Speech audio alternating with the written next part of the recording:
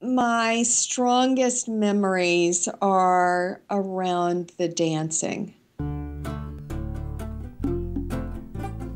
When you go to a show and you stand on your feet for 8 hours a day, and in the heat, because West Springfield was not air conditioned, at the end of the day, what you really should do is go home and get in the bathtub and soak for several hours, or go to your hotel room and soak for several hours. Instead, everyone came together and went out and danced. And they would do it night after night after night. And I thought I'd died and gone to heaven. By the second year, it had changed almost completely. The conference was held, I believe, right before the actual show was held. It had moved from Stowe, Vermont to Mount Snow, Vermont, still in a ski lodge. There was no electricity to speak of. A lot of people had what basically tailgating booths. They would just back a car up, open the trunk, and sell out of their trunk. And when they were sold out, they'd just drive away. Everybody had old cars. Everybody had old vans. Nobody knew what we were doing. Nobody knew how to do a craft fair.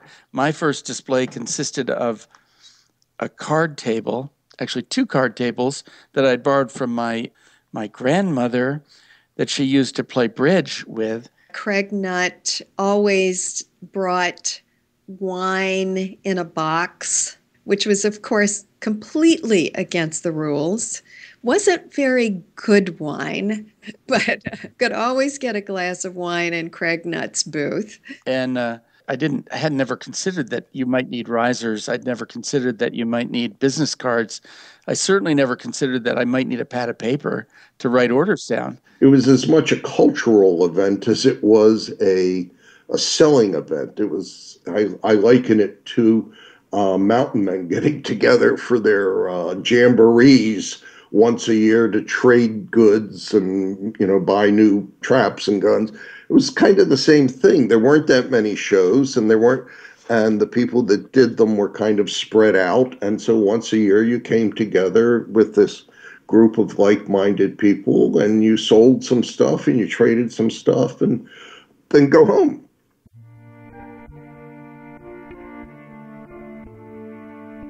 It was very much built around the schedule and the calendar for educators, for people who taught in craft programs, mainly in colleges, in liberal arts colleges.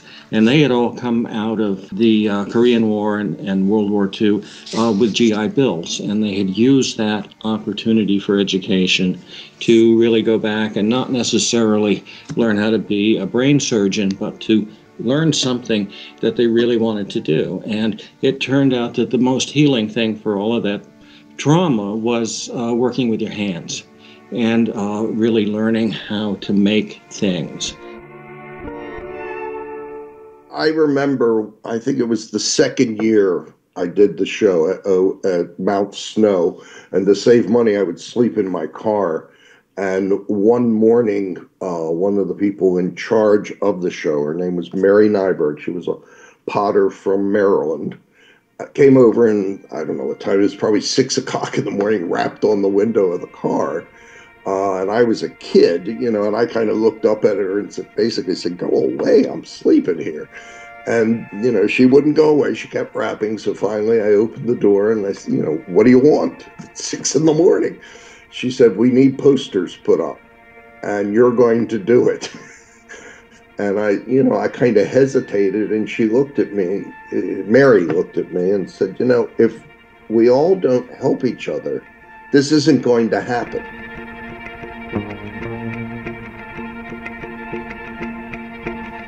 It's a community of risk takers. I mean, you are essentially gambling your salary, if you had one, against the fact that you can actually make money doing what you love and working with your hands and with your heart. And that's a big risk. When we talk to kids thinking about doing this, We talk about being not only a maker, but a roustabout, somebody who has to put the booth together, a road warrior, somebody who has to travel through all kinds of conditions with everything they own, financed through credit cards, and behind them in the car to get to the show and to get it together and then instantly become a nice person and not to run out of nice until the show is over. It's a lot of work. In my early days of making glass, I had decided that the best way for people to understand what glassblowing was all about was for me to build a glass furnace on a boat trailer. And I'd set it up. And then inevitably what happened was I became sort of a central meeting place where people would... many people would come visit, say hello, talk about the fact that the transmission blew on their van, or that so-and-so wasn't here because they broke their wrist last winter, or somebody's house burned down, or somebody else was really sick and nobody knew what was wrong with them. And so that's, I think, where the pass the hat mentality came from. Well, at that time where Toni had, I think it was a fire, this was still a very tight community. And of course, we didn't have the internet, but calls went out and said, well, and it wasn't just Toni. I mean, there were people who were robbed. I remember a jeweler who was robbed and he lost a fortune.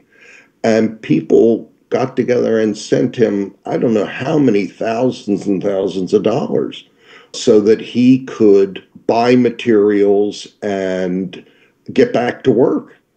And the same thing is true with Toni. And so when somebody got in trouble, it wasn't a far-fetched idea that everyone came together to help, even though we were spread out. CERF grew out of that. It just codified a situation that already had established itself.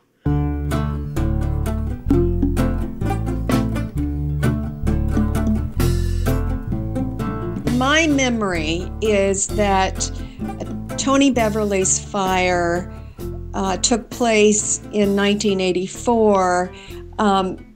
Because of that, Carol Setterstrom and Josh Simpson and Marilyn Denton-Fass came up with the idea of forming a nonprofit and putting some structure around the process of raising money to help artists. And the first fundraiser, I believe, took place in 1985, the official CERF fundraiser. And sometime between 84 and 85, the organization was formalized. I do remember that we had the most amazingly eclectic bunch of stuff at this auction. People really, really wanted CERF. They loved the concept of it. And they wanted to help. Nobody really had any money. But all the artists, or many artists, were willing to donate work. And so, we got, for some reason, and maybe it is because I ended up buying them because nobody else wanted them, I somehow ended up with a pair of bone chopsticks, not ivory, but, like just bone. And I think it was John McLeod, who was a woodworker in Vermont, gave a set of lidded boxes that he had turned on a lathe. And potters gave stuff. Seth Duberstein made a set of covered jars. And there was a person who made wool blankets who gave blankets. And so we had an auction, and I can remember feeling exhilarated that we had sold stuff at this auction, but also intensely disappointed because there was such an enormous disconnect between $40,000 and the $1 million that I felt was the minimum necessary to start CERF on its way. And, I really had my eyes opened in the next 3 or 4 or 5 years because CERF, it was really a tough struggle to explain to people that we were raising money but not actually giving any money away or lending any money away, that we were just trying to raise money to get an endowment. I'd get money to give, I'd get people to give me or to give the Craft Emergency Relief Fund money, and they'd, reach into their wallet and give me $15. And I'd say thank you and give them a receipt, or they'd give me a check for $15 or $20. And then, 6 months later, I'd see them at another show and I'd say, well, can you donate again? We really need, more money. And they'd kind of look at me like I was some kind of alien. And I can distinctly remember somebody going, Josh, I gave you $15. Most, in fact, almost every craftsman I know, no matter how successful they are still very small businesses, micro businesses, which means that they're not what the politicians call a small business, 100 to 1,000 people. It's a mom and pop operation. And if anything happens to anyone in the business can go out of business very quickly. We all know that.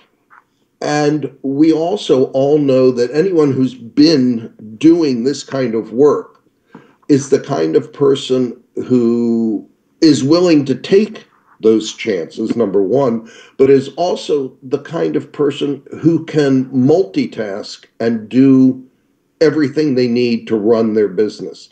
And that's not true of everyone in the extended community that most of us live in. They're not their own computer techs. They're not their own truck drivers. They're not their own packing clerks.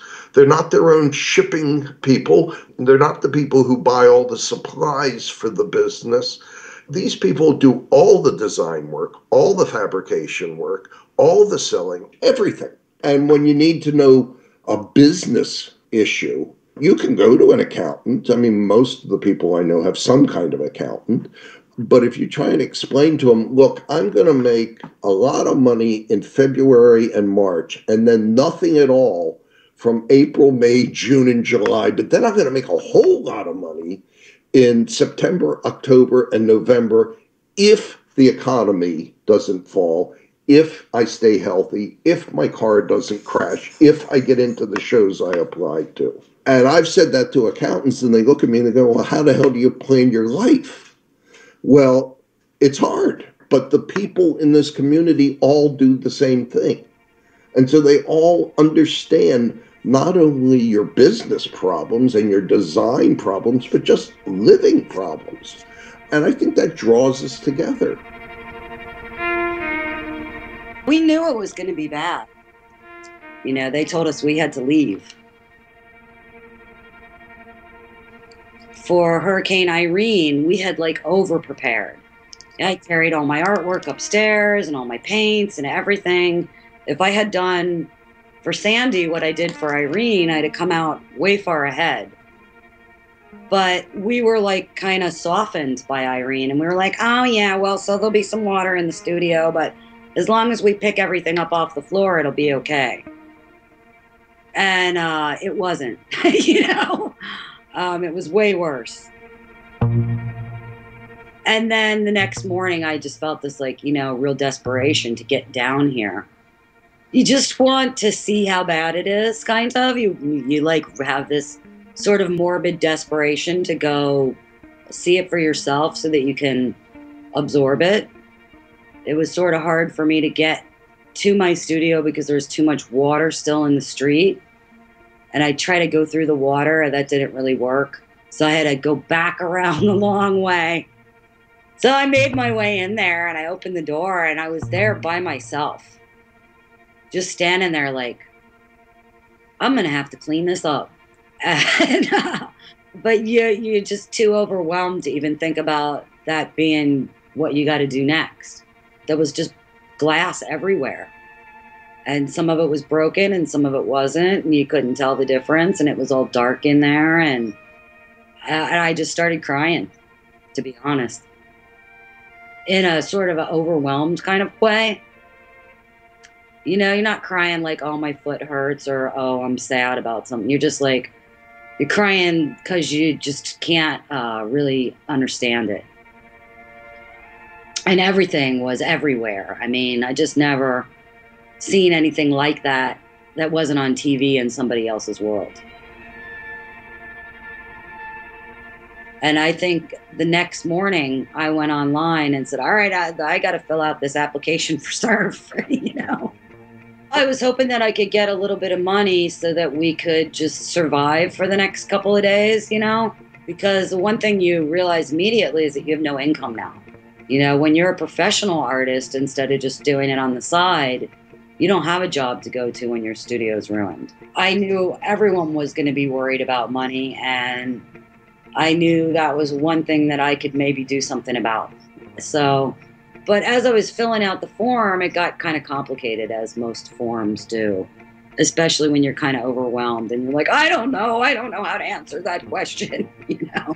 So I called, and I think I talked to Craig, and he was just so comforting that it was, you know, it was amazing. He walked me through the whole rest of the form right there on the phone. And that was like really comforting. The money came pretty fast. You know, it was less than a week. And it was the security of knowing that you had enough money to pay your rent and get some groceries while you were doing this horrible thing of cleaning up. It bought us time. There were other peers that helped us as well, you know, but CERF was different because they were your peers, but they were people that you didn't know. It wasn't like your brother is going to send you some money. It was like part of a broader arts community that helps to support one another. And all the CERF people, they came out to visit us. They didn't just send us money. They came out to see how we were doing. They came out to talk to us and offer support and, you know, just hold your hand. And that was also as important as the money, because they knew other stories. They had other stories of other people who had been helped by CERF and were back on their feet now. It's not just about collecting money and passing it out in a disaster. It's about offering support in a disaster and making a person feel like they could get through it. I still dream about going down to New Orleans after Katrina. I'd watched the whole horrible thing unfold on television, and we actually went, I think it was a little more than 3 months after Katrina. We're second responders. Our role is really to help people get their lives back in order and get back into making their work and creating an income stream and, that part of it, which comes afterwards. But when we went to New Orleans, Jan Katz, who managed to pull together a meeting of artists who were still in New Orleans, and that really stands out. That group of artists who came and told us about what they were experiencing, what it had been like, and what they were facing getting back to work. It was, I don't know, it was the things that I associate with that were, both the courage of the artists and the vulnerability of the artists. I don't know. I remember this one woman telling her story, and looking around and everybody was weeping. And it was just such an emotional scene. And when I came back, what stuck in my mind was people were not as concerned about their own situation. What they wanted me to do is come back and tell people what I saw, because you just couldn't capture the enormity of that disaster on a small screen. And then over time, another thing that really stood out was how important the recovery of the cultural community of artists and the musicians, and that area is what it is about is its unique culture, and the arts are at the center of that. I got a notice that a woodworker who I had never ever met had a terrible accident with a table saw, and either he wasn't going to be able to work ever again, or he wasn't going to be able to work anytime in the near future. And my reaction was to write a check and send this total stranger money. And I got a note back from this guy, and he was totally shocked at the number of people who he had never met and never heard of and didn't know him, who came together to help him. And, that's kind of how this whole field, this movement, not making crafts, because making crafts has been around for centuries, millennium, but this craft community that created what we now look on as the modern American craft show, that's how they started, was by helping each other, and that's how they continue. An organization like CERF is kind of a natural outgrowth of this group. Not only is it an organization by craftspeople, organized by craftspeople, for craftspeople, it's also a group of people that, for the most part, don't have much money. So if they donate $100, that's a lot for them, and yet they do. They do regularly. And it is because they do have this empathy, knowing that it could just as easily be them that has the problem, that needs the money. CERF is a central gathering point for allowing us to help each other.